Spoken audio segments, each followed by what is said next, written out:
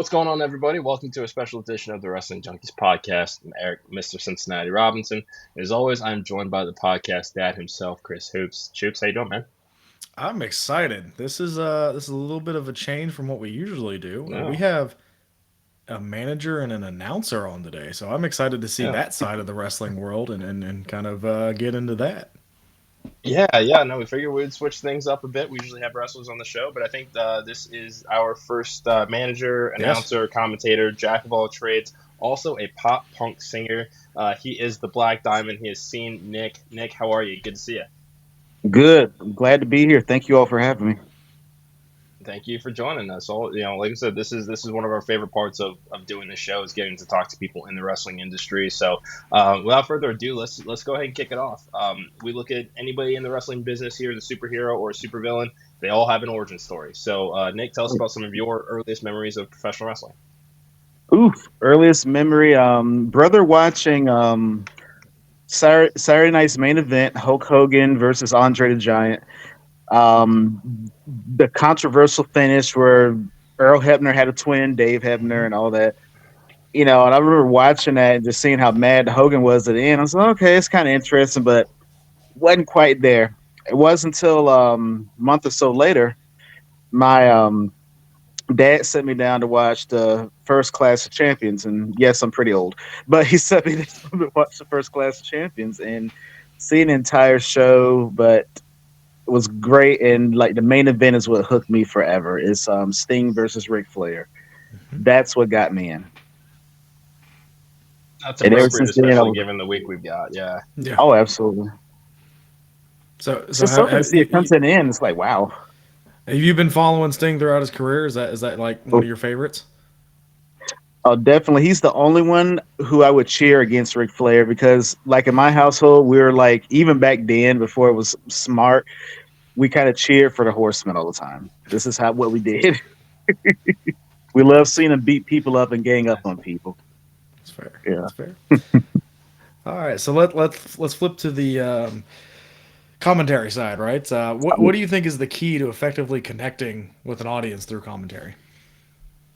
Um, Main thing, not trying to make it all about yourself, not trying to get yourself over. You could do it in a subtle way just by being well versed in the wrestlers, what's going on, being able to tell a story, and just getting the point across. As simple as that. And I think sometimes, not gonna name names, not gonna talk bad about people, but sometimes people some can make it about themselves too much, and it's like, wait a minute, okay, I get it, you have a gimmick, but calm down a little bit. This is about what's going on in the ring. You can still get your little 2 cent in, but kind of draw it back to a minimum. You know what I mean? Yeah. Sure. Sure. I mean, That's- it's a lot like Jr. says. The in ring action is the music, commentary. You're providing the lyrics. So again, when you're accentuating what you're seeing and just kind of there to compliment, Mhm. it makes a lot of sense. So what's your favorite part about being a commentator? Oh, favorite part is getting to enhance a story, especially if it's a new guy, new female wrestler coming in and just kind of just setting the tone, telling the audience what they're about. Even when I'm being heel, they use color commentator and just kind of paint that story, talking about what I heard from somebody in the back who doesn't exist, but what I heard about someone, and just kind of going from there and just telling that story and just kind of making them larger than life, making them seem like, okay, they may be new to this area, but they're very important. They're vital. This is what they've done. This is, where they've been. And they're here now to prove a point. So, that they can hang with the best in this, whatever promotion. And I love doing that. I also love just getting a chance, especially when those big matches come where it's been, might be a long storyline. The guy's been on the losing end. Um, Kind of starts picking up some wins, has that big fight against the champion, overcomes all the odds, becomes champion. Those are always fun to call. Those are like magic moments. I love those. So have you done both face and heel on commentary? Yes, I will say I do prefer heel, but when I do had to be a face, just depends what the promotion needs. I'm always, I'm adaptable. I kind of drop back to thinking about, okay, what did I grow up when I used to hear Tony Schiavone, and even when it was Tony Schiavone and Bobby the Brain together. Um, Tony would point out the moves. He would talk about it, and sometimes you don't always hear the moves name. That's what WCW was really good for. It I think gets unrecognized. You know the names of the moves, and just accentuating that. Um, Kind of be a little more rah rah for the faces a little bit, but not overkill. And talk about what egregious acts the heel might do and stuff like that, Yeah. and why everyone should be pissed and boo this man, kind of like that. You know. Yeah, I think that's kind of how Mike Tenay got the lore he got because he came in for those cruiserweight matches and which, like you said, Oh yeah. calling the moves, and now we know what those moves are called, and yeah, that's you know thinking about it from that side, it's like, oh yeah, that is pretty underrated. The WCW would do that. Yeah. Yeah. What do you think sets a good commentator from a great one? Good one. Good one is probably good at just kind of towing the line, being a good voice.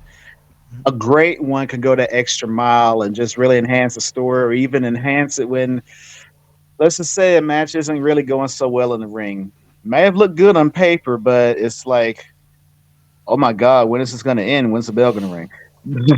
Yeah. Not really like going there on commentary, but just making it look like a fight, just enhancing that. Um, Making even the things that are probably the worst look the best just by the words you speak. I think that's vital and that's important because let's just face it, a lot of promoters, bookers, they strive to have good matches and booked on the show, but that's not going to always be the case. And everyone's going to be new. Some things are going to be forgotten. Um, you had to be able to cover up for mistakes out there too. Um, you can mention something, even simple things like the ropes are sweaty because all the action has happened tonight, stuff like that. If you let it go, don't try to enhance or cover for the person, then, not really doing a good job. Yeah. That's just how I feel on it. Okay, so let's kind of go into a little bit more depth on that last point you made. How do you handle unexpected or unplanned moments during a live match? Um, the best thing, like, you could be shocked, but be shocked internally. Like, take away in a way what you know of how things are supposed to go. It's hard to do once you've learned everything and been in training, but sometimes you got to take that part of you out. And then when you just call it out there, you say, you just kind of cover. It's, oh wait, okay, this is what's going to happen right here. He's setting up for this. He's been through this match this whole time, probably overzealous, stuff like that. Yeah. But keep your stock of, oh, that wasn't supposed to go that way, kind of inside. You can't let it out because if you do, then it just kind of Yeah. pulls that curtain back a little too much. And then, you run into maybe, okay, is there a script there? Are you reading from a script? What's going on? So, Okay. Sure. No, that makes complete sense. One thing that we also noticed as we were getting ready for this interview, you've been very vocal about your desire to work with a number of wrestling promotions and manifesting that for yourself in 2024 and bringing representation as a person of color as well as a member of the LGBTQ community. What positive changes and progress have you noticed or observed regarding acceptance of these communities in the wrestling industry? I have seen more growth, more members of the LGBTQ plus community being used, more people of color, black people being used. That's a great change. However, I just want to see more. Sometimes I feel that I hate to say this way, and I hate to be controversial, but it's how I feel. Sometimes I think sometimes it's like almost like a quota in a way, Hmm. and I think or it's just used for just some shows in particular. But I think it could be every show, and I think that even where it's family friendly or R rated, um, it's just it's normalized. Everything needs to be more, normalized in that aspect because everyone's a person. We have dreams, we have hopes, we have fears, we have failures, we have things we regret, just like everybody else. And there's nothing that really separates us except for what we like, what we don't like, and even in that, there's some other people we have common ground with, despite all of that. So Sure. I would like to see more of it, and not of it just being a particular thinker. Even as some of the ones that are for black wrestlers, I'll still see a little blurb of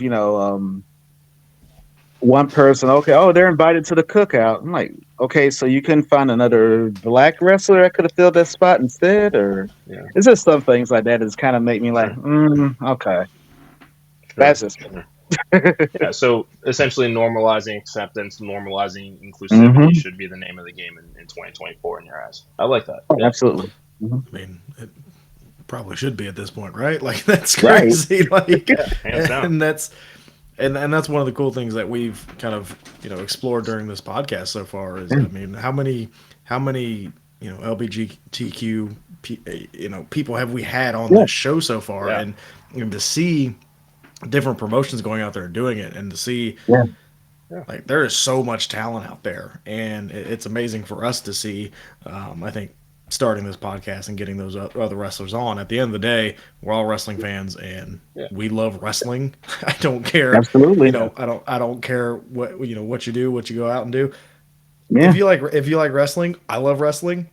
There's our common thread. Let's get to know each other, Yeah. kind of thing. So, Absolutely. um, We're all but united in this crazy thing called wrestling. So, you know, exactly. Exactly. So, great answer. So thank you for well, that. thank you. What challenges or difficulties come with being a commentator that maybe the fans don't notice when they're watching the wrestling event? Hmm. I think sometimes mostly from like a wrestler side that we're kind of looked down on in some aspects because like, oh, you're just a commentator, you don't know.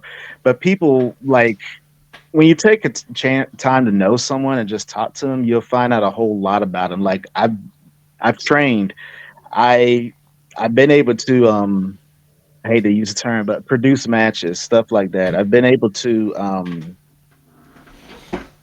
help guys say, okay, maybe take this out, do this instead, stuff like that. Um, don't take the position, for granted. I can help in all aspects if needed, but that's this kind of thing I've noticed sometimes is that it's kind of like this, kind of almost like a rope that's put up. It just depends. Like you're still kind of separated in a sense, but we've all like if you get to know someone, they've all went to training, they've all experienced some of the same hardships, they've had to deal with some of those not so great promoters, um, all those different things. As far as fans go, I think that sometimes fans can get a little too caught up with a commentator, what they're saying, what they're not saying. And what a lot of people don't understand is that when you're just right there live calling to action, or even if you're doing a voiceover, it's it's a lot that goes into it, and it's almost like it really is like you're out there live, and you may not be directly in front of people like in the center of a ring, but in a sense you're on for an audience, and you're gonna mess up words, you're gonna have like some issues go on, and you may even call a move the wrong move. It was some obscure move that's used in New Japan or something. Yeah. It's still everyone's not gonna get every move called right. It's gonna be those issues that come up, but no need to crucify. Yeah, Sure. yeah. No one died. How many times have you pulled out what a maneuver? Oh man, I try to avoid that consciously when I'm thinking about. Oh, what is that? Oh yeah, what a maneuver. But yeah, Yeah. because So you've spoken a little bit about making sure that the focus and emphasis are on the performers in the ring. But Right. how do you approach the balance between the traditional play-by-play commentary that you have to offer, as well as adding your own insight and your own analysis? What's that fine line look like for you? Um, that's when I can add maybe sometimes. Let's say if I'm doing color, I can add a little bit of character where like I'll always joke, and someone asked my analysis. I said, "Well, I graduated from the broadcast school of Tucker Carlson, and he always tells the truth." And I gotta go over there, and I go into the move to the wrestler's character, what I heard, stuff like that. Or if I'm just doing just play by play, I'll focus on. I'll try to focus more on the training aspect, how hard like a performer worked, what I've heard, what I spoke with him in the back about. And in that case it wouldn't be like I had my guy Maxwell find out. That's more of my color heel side. It'd be me directly if I'm doing play by play. I saw this guy, I saw them working training, they're lifting weights and stuff. They said I'm getting my conditioning up, I'm ready for this match. I'll try to be more sports oriented in that regard. I think it's always good to switch it up a little bit when you do those roles. Yeah. Sure. So the next question here, and Eric and Mhm. I, we talk to each other every day. We're Yeah. the same. We bounce off each other every day. You may have a different partner every show. How do you Oh, any tips and on how you maintain rapport with all your different commentary partners? um, I will say it depends because, like you said, different shows. It can be difficult because, with independent wrestling, you might have a fill in, you might have someone who couldn't make it. I'd say just keep that open dialogue. Say, hey, what's something that you feel that you're really good at, you're strong at? Um, what do you feel is your weakness? That way we can try to cover for each other. And and also too, in wrestling, in life, you're gonna work with people you just don't get along with, you just don't really gel with.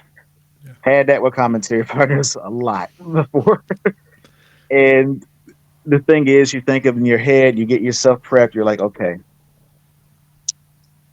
I'm doing a job, I'm working, we're gonna get through this, it's gonna be 2 hours, however many hours. Then after that, hey, we do our thing, we go home. And you kind of keep that mindset of, I guess, I don't know, that sounds too positive, but it's a positive, and you're thinking about, okay, I got focus on the job. That way you don't have anything kind of creeping in like, oh, I can't stand this guy. And so let's look at this arrogant ass over there. You're not like, Yeah. it's, oh, what a prick. Yeah.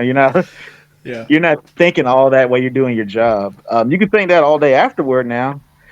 And, you shake hands, you leave, and like, oh, what a prick. But other than that, you do your thing. I think that's important. You can't let your any petty differences get in the way of going out there and getting the job done. Um, I've seen a lot of guys too on the independent level where just because they didn't like someone or they felt a certain way about someone, like, oh, I'm not going to work with that guy. I'm like, who the hell are you? Like, Yeah. you're not. Let's say you're not Jr. You're not Tony Schiavone. You got no right to say anything like that. Yeah. Do your job, what you're hired for, get it done. Whatever you beef you got with the person, don't get a promoter involved with that. They got enough to deal with. Do your job, get it over with, leave. You don't have to be best friends with anybody. Yeah. And you go from there. Because just think of it, in the real world, you work a job, what are you gonna do? Quit because you don't like a person you had to work with or do something with? Yeah. Or if you signed with WWE, oh, I'm not gonna work there if he's working there. What? Yeah. Like, Yeah. you gotta be realistic. Get used to working with people you don't like because it's a lifelong thing. Sure. See, Well Eric, I'm said. not that bad. Yeah, you're fine. It's okay. Um, So we have been talking all things scene, Nick, for about 20 minutes now. Now is the time to give you the spotlight and shine it on somebody else. Now, usually at this part, we're talking about up and coming wrestlers that we should keep an eye on in 2024. But this is your chance to highlight some of the unsung heroes in the commentary broadcasting world on, whether, independence, wherever you're in the world. Who's caught your eye recently? Who are you looking forward to seeing, what they do in 2024? Ooh, someone I recently worked with actually, Skylar Ashwood, works out of Colorado. Really, really nice guy. Helpful, and I do watch for that. He helps with setup and teardown. Sorry, this is how I was brought up in the business, but he helps That's with all fair. those things. Um, Lends a helping hand to anyone who's new, and he's 2 years in, and I just see him doing that, and also doing research before a broadcast, which is really vital. And I'm like, wow, usually I see a lot of hate to say it, but I see a lot of younger guys that just don't want to do anything. They're like, oh, I got the job, so I don't have to do anything. I'm like, no, that's not how that works. You Yeah. really had to do your job before the show takes place. But he's not like that. He does his thing. Great talent. Love doing broadcasts with him. We can we can vibe off each other really well. If I end up throwing a joke out there, he picks up on it. We go from there. We can do a little back and forth. It's just phenomenal. I like working with someone who makes it seem like feels like it's not a job. It's fun. It could be a 2.5 hour show, and it feels like it's just been 30 minutes. It's been a Yeah. breeze. Yeah. Love that. Um, Very cool. Him and another guy that a lot of people know already, but Walker Stewart, who Mhm. does a lot with New Japan right now. Yeah. Yep. Really great vibe, old school, and thankfully I get to work with him in June, which I'm looking forward to at an event in Oklahoma, June 8th. Nice. Some Awesome. stuff to be out about that hopefully soon, Cool. and maybe I put it on X if I use it more often. But I'm trying. Yeah, that's okay. No, we certainly get it. We certainly get it. All right, we have an ongoing debate on this podcast. We ask every guest, Mr. WrestleMania. When you think of that title, do you think of Shawn Michaels or do you think of The Undertaker? Ooh, okay, that's a tough one. Um, well, jeez, you had to get the hard one, didn't you? Yep. Yep. Yep. I have to look at consistency, not as much as like, ooh, 5-star match, whatever that is, but I had to look at who's always has something to look forward to in a sense, more often than not, and who's been there the most, and that had to be Undertaker. Thank you. Um, Okay. Thank you for the even when right he's answer. had, even when he had, even when he's had like some legit stinkers, like against Giant Gonzalez, Yep. WrestleMania 9. You still like I picture myself back being a kid again. Little me was like, oh wow, Undertaker versus him. How's he gonna stop him? Yeah. That's kind of one of those things. Okay, that was a big match. I look forward to that at the time. I definitely don't want to ever see that again, but so I look forward Yeah. to it at the time. But he's had a lot of those, and also underrated match against Triple H at WrestleMania 17. I Yep. think people don't talk about. Okay, think about the later matches they had, but that one was a really good one. Well, almost every match on that event was good. So I like it. Good Yeah. choice. Good Yeah. choice. Yeah. The right May choice. not be who I would have picked, It but was the right that's choice. that's Ding. That's another one for me. Thank you. you're losing in this debate, bud. I haven't done the Ah, math on no. it, but I feel fairly confident that you're This still is still this is the trailing first behind. this is the sorry. first commentator we've had on, This and he is picked the true. Undertaker. This is true. Okay. Okay. W. You know what? You know what? Okay. Okay. I give you that. That's a good point. That's a good point. Nick, thank you so much for joining us tonight. Before we let you go, where can everybody find you on social media, and what events do you have coming up over the next couple months? Ooh, on Instagram, I am seen_Nick1. Um, I have it set on private, but just send a request in. I'll, if you're not a wrestling bot, I'll let you on in. Uh, I'm here on X, obviously. I need to use it more. I promise to try.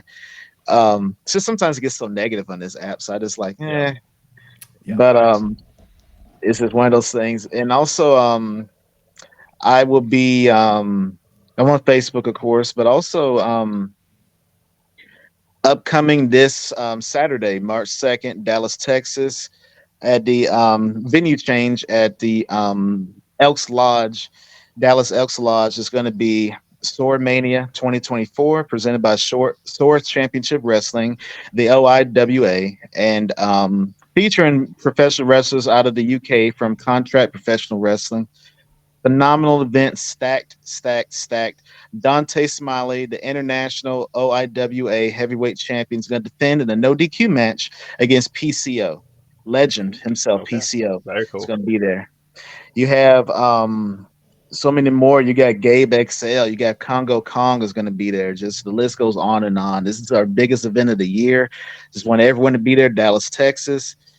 Um, do it, be there. It's going to be amazing. After that, I'll be in Canada for Ontario Elite Wrestling on March 17th, and then again on the oh boy, I can't remember my dates. I'm getting old. 23rd. And then that's gonna be a great show in Project X Wrestling on special Saturday event on April 20th. Um, it's high time. I had to do that. Everyone be at Sudbury, Ontario. It's going to be an amazing show. Tickets are on sale right now. Project X Tix, Tix.com. Um, and other than that, oh boy, where am I going to be? Oh, yeah. March 9th, Battleground Professional Wrestling, Greeley, Colorado. It's north of Denver, Colorado. Awesome show. The heavyweight champion right now, BPW heavyweight champion Gino Told You So Rivera is going to be there. He's going to defend against one half of the BPW Tag Team Champions, Ryan Riven. It's going to be a great match. He took out Ryan's tag team partner in Downfall Cathedral. Got to check that out. So much more. Want you all also to go to those YouTube channels. YouTube channel, subscribe for Battleground Pro Wrestling. Subscribe also to Motivate Pro Wrestling. They have a show in Borger, Texas on March 2nd. I'm doing post commentary for that one. They're on YouTube. And some other people on YouTube. Oh, the OIWA every Thursday, 8:05 p.m. Central. They have a new installment of OIWA Worldwide. Feature myself on commentary with Trey Mack, and just check all of that out, please. Yeah. Sounds good. Yeah, you have a busy calendar filling up, and that's great, especially this early into 2024. So I can't even definitely looking remember forward some of to. it. Hey, that's okay. That That's says a that good you're thing. doing something right, and that you're all over the place, and that's certainly what we want for you. So, Nick, thank you again so much for joining us. We definitely hope to have you back on in the future. Absolutely. Thank you all too. Thank you all for being a positive light in the podcast world. Of course, I did Thank you. research before I asked to be on. So there we go. Sure. Yeah, no, it sounds good. I'm glad that we passed the test. We try to keep it chill here. So, yeah, no, Definitely. we greatly appreciate it. For seeing Nick for the podcast, that I'm Mr. Cincinnati. Thank you guys so much for enjoying this episode of the Wrestling Junkie podcast, and we'll talk to you guys soon. Bye.